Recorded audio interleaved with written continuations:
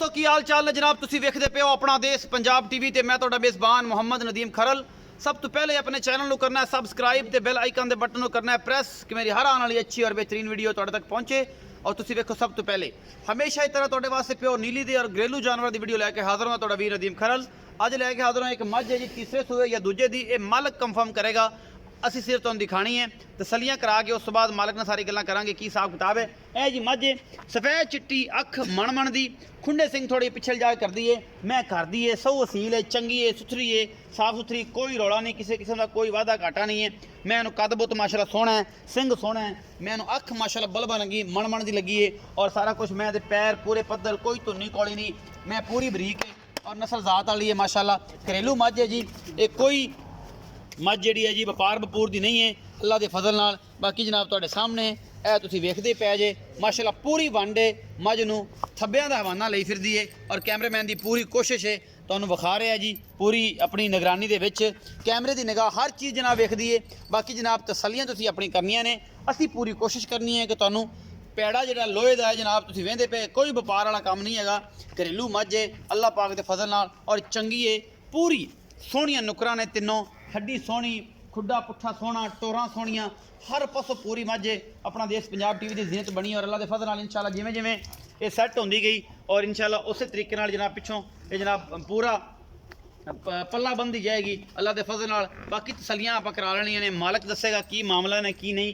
ये जनाब इन्हां दे घर दी है ते किनवा सोआ सोई है, ये सारियां गल्लां कहण नूं दूजा भी कह देण, कहण नूं ते जनाब पहला भी कह देण। ये जनाब मालक ने तसलियां करानियां ते तुहाड़ियां तसलियां होणियां ने, या असीं तुहानूं सिर्फ और सिर्फ ये दस सकते हैं कि भाई यह मामला है तो यह गल है।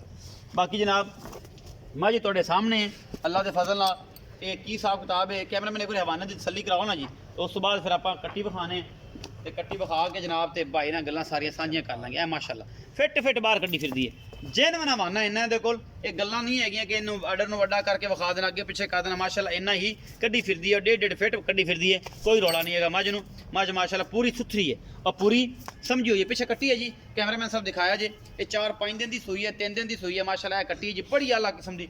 बाकी भाई नूं सदने और उन्होंने पुछने, आओ जी प्यारे मोहतरम सोहणे वीर, ये मझ का सियापा सिर के दरम्यान च खलो जाना कि मझ का सिर नजर आ जी। अस्सलाम वालेकुम। वालेकुम सलाम। छोटे वीर की हाल चाल है? ठीक ठाक भाई। की नाम है? अबरार। इबरार। इबरार भाई ये दसो कि जी मझ जन्मन किनवा सूआ सूई है? ये तीसरा जी। कर दी है ना? हाँ जी कर दी। पक्कियां तसलियां? पक्कियां तसलियां। इबरार भाई तीसरा सूआ सूई है, लोग तो ये जिन्नी सोहनी है कि लोग कहना दूजा, तू तीजा दसी है ना? नहीं जी आज तीसरा ही आ, फिर दूसरे बच्चे भी खले, दूसरे बच्चे भी खड़े ने। कर दी है।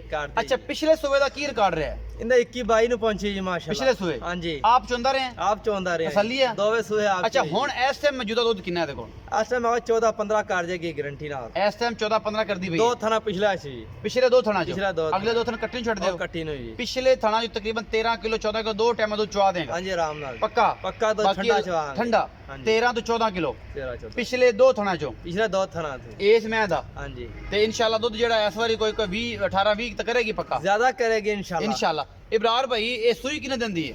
ए जी 5 दिन आज हो गए, 26 तरीक ਨੂੰ ਸੂਈ ਸ਼ਾਮ ਟਾਈਮ। अच्छा ਅੱਜ ਪੰਜਵਾਂ ਦਿਨ ਜੀ। आज 5वां दिन है। ਹਾਂਜੀ। अच्छा की मोहब्बत प्यार वाला मुੱਲ है भाईजान ਦਾ?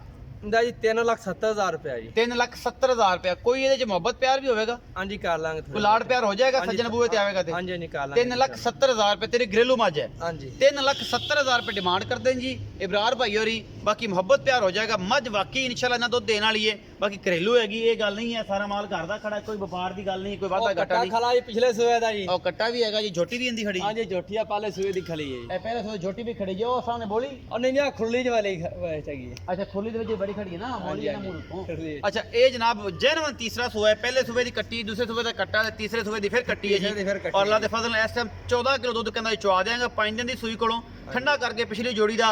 और बाकी जनाब लेने देने मुकद्दर ने। वीडियो अच्छी लगे तो लाइक शेयर ते कमेंट जरूर कराया जी, अपनी राय जरूर दिया जी, अपना बहुत सारा ख्याल रखिया जी। मिलांगे अच्छी और बेहतरीन वीडियो नाल। अल्लाह निगहबान।